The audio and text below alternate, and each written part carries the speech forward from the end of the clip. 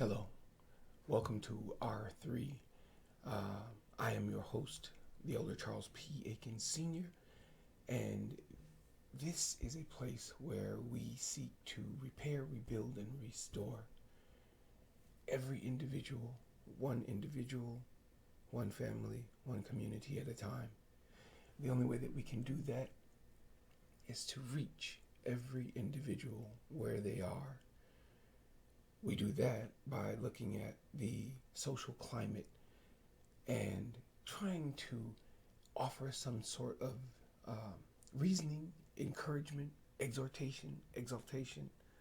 In the end, a twist which adds some kind of encouragement or inspiration, hopefully, to anyone who's watching who desires to move forward.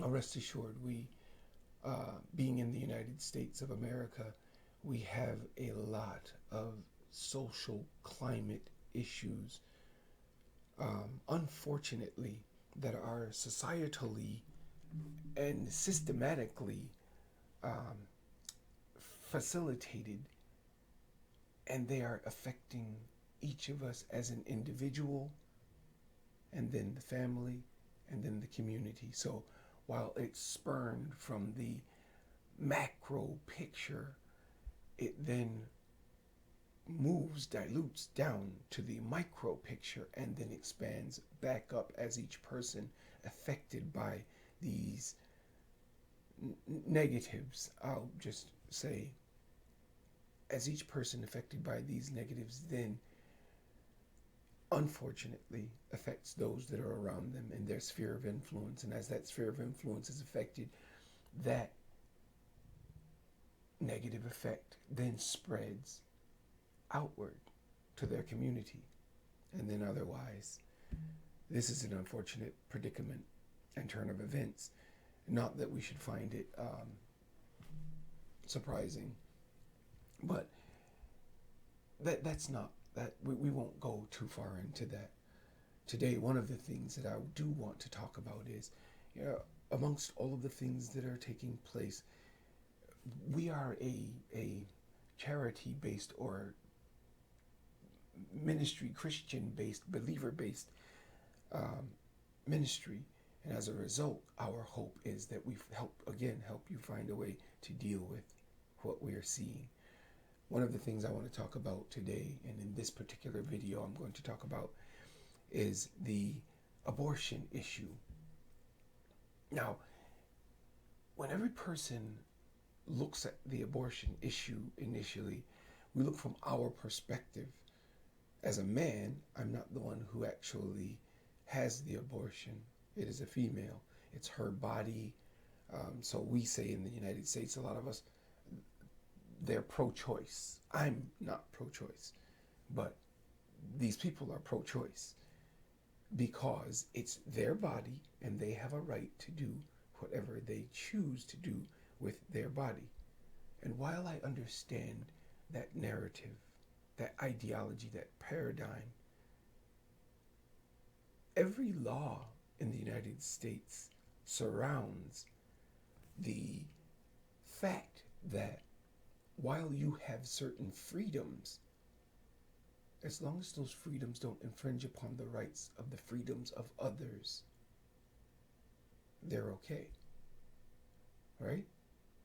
Freedom of speech, freedom of religion, the right to bear arms, all of these things. The core understanding element of it is that as long as your freedom, your privilege, your right does not infringe upon the freedom, the privilege, and or the right of another individual, then you're considered free. At least it's supposed to. Don't get me started on that, because it is a double standard. The freedom and right to bear arms and use them apparently seems to be a freedom that whites can enjoy and African Americans cannot. The freedom to murder others when they feel like it seems to be some right that a white person has, and an African American will be murdered simply for being considered a suspect, or in truth, for being black, unarmed, but never making it to a police station and whites standing by saying what was done was okay. But when the same is done to some white individual, there's an uproar. I digress because I don't want to get into that. That's just another thing that is another injustice, another lie. The point being, so then, if that being the case, your freedom is a freedom as long as it does not infringe upon the rights of another individual, right? As long as it does not do harm to another individual, then don't we need to reconsider why the abortion Roe v. Wade decision was overturned? Because in effect, when you look at Roe v. Wade and the decision initially made that you have a right to abort an unborn child, you're infringing upon the right of that unborn child. Has anyone stopped to consider that? Or is it that we in the United States or across the world have become so demonically controlled, manipulated, and enthralled and infused that we're completely selfish? I don't care if I'm murdering the next great president of the United States. I want to have an abortion. I don't care if I'm going to murder the person who was going to discover the cure for cancer. I'm going to have an abortion.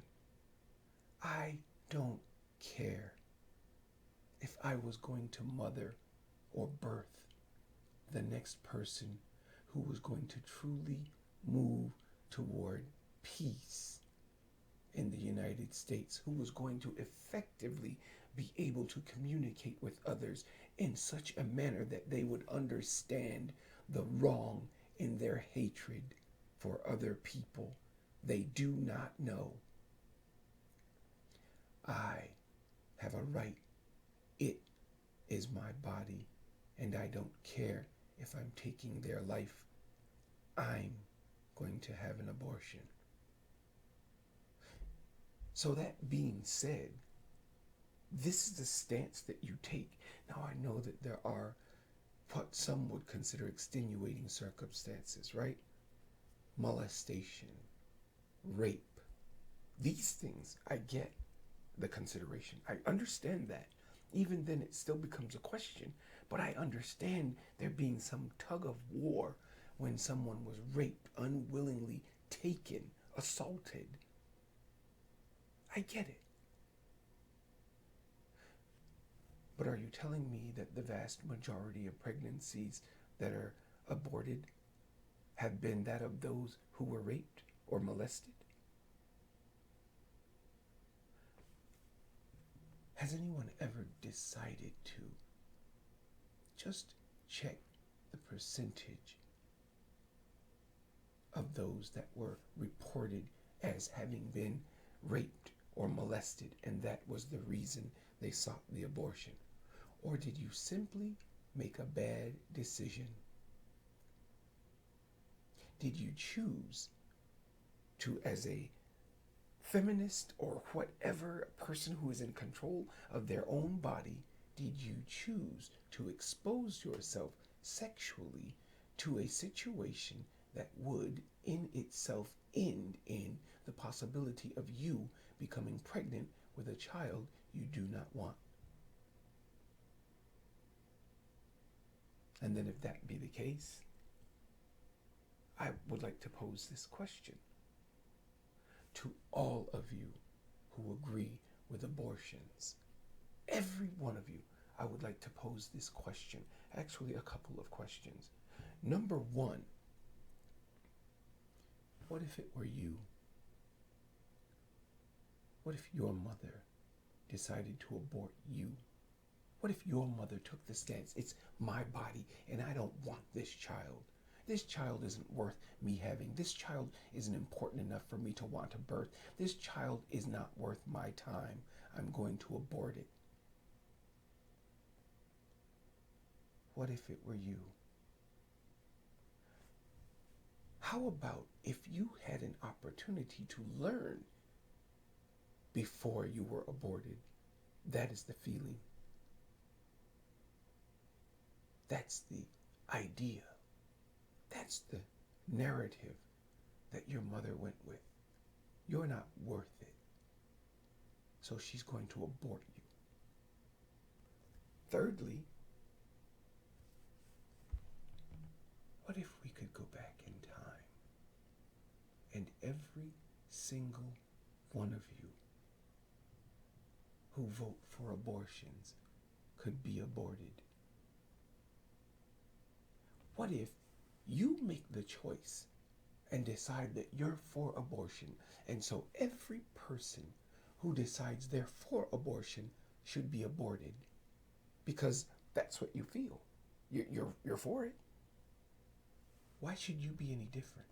Why should you be here when you're for abortion and another child not be here? If you believe it's a woman's choice, that she has a right to abort, then how about if we could go back in time and abort you? Every last one of you. See, these children, they don't get to make the choice. You take their lives. They don't get to grow up to be surgeons, scientists, people who could make a difference in the world. This is a dark, evil, and twisted world. And how do you know you didn't get rid of light? What if it were you? What if you were the one to be aborted? What if you were the one pulled from your mother and placed on a slab? What if you were the one to be discarded?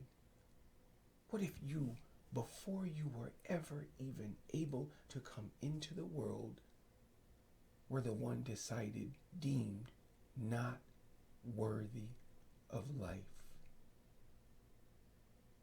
What if it were you? What then? What if your mother never decided to have you? What if you were never allotted all of the freedoms that you enjoy because someone thought you weren't worth receiving those freedoms? You weren't worth being here. You weren't worth them allowing their body to be stretched. What if it were you? Do any of us ever think, what if it were you? And finally, for those of us who actually believe in a Savior, a Lord, and Jesus Christ, what if that same sentiment were followed with Christ? What if there were no Savior? What if there were no person perfect in all of his ways, such that he was able to be the propitiation, the payment for your sin? What if he were aborted?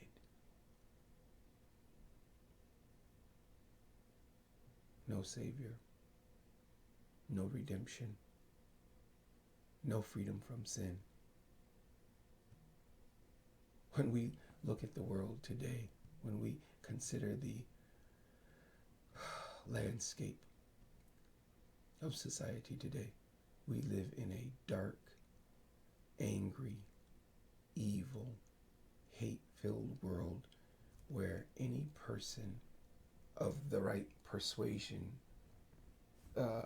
is allowed to attack federal buildings, attack abortion clinics, make death threats upon people who went against their opinion because you're so important that you have a right to push your opinion on other people.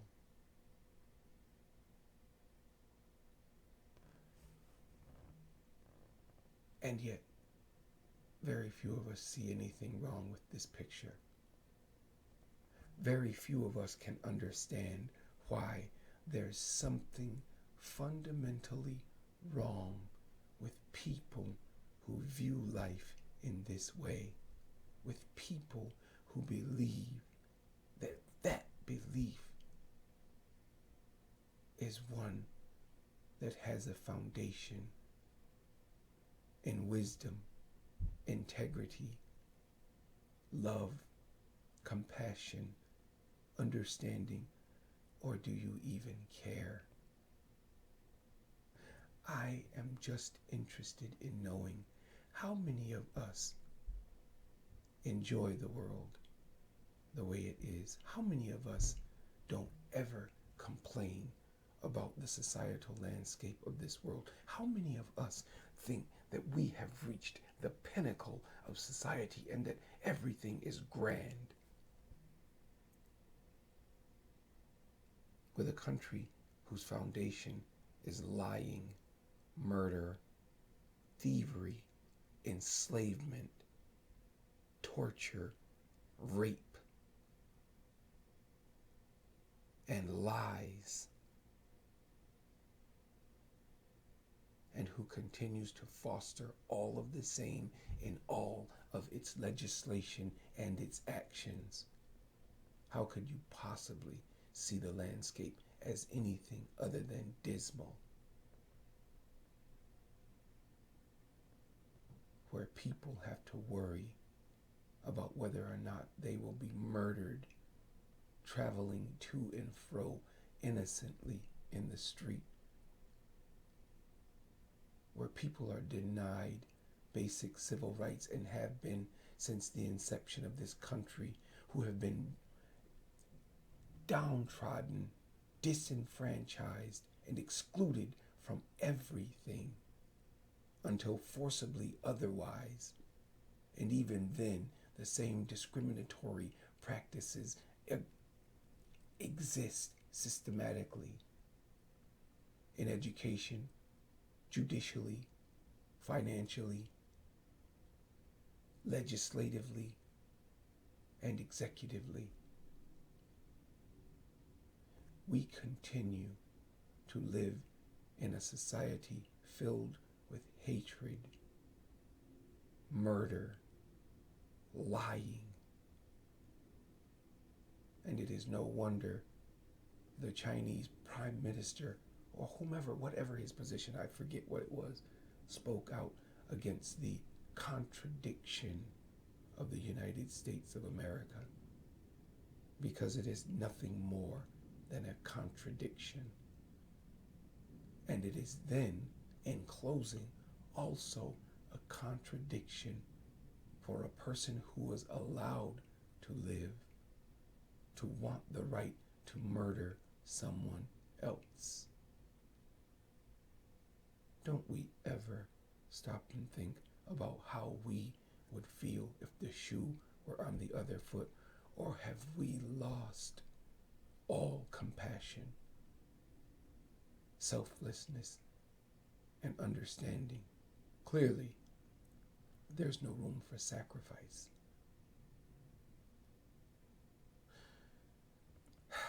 If you're looking for a better way, if you're tired of the hatred, the lies, the manipulation, the evil, Christ is the way. Knowing he would bleed and die a brutal death, he did what he came to do. He served, he completed his mission, and then he stretched his arms out wide and gave his life on a cross for people who hated him, for people who spat on him, for people who betrayed him, for people who denied him and would continue for thousands of years down the ages to do all of the same. He still died. There is love. There is understanding. There is compassion. There is peace in existence. It is simply overrun in exhibition by all the anger, evil, and hatred. But it doesn't have to be if you allow it to live in you. So regardless of what you choose to do, I will do my best to love everyone, because that's the only way I can change this world, and it is the only way I can see God in peace. God bless you. I hope that we think more about this, just in general, who we are, what we stand for. Are we capable of real love, or is everything just about me? God bless you. May heaven shine upon you is my prayer, and peace be with you all.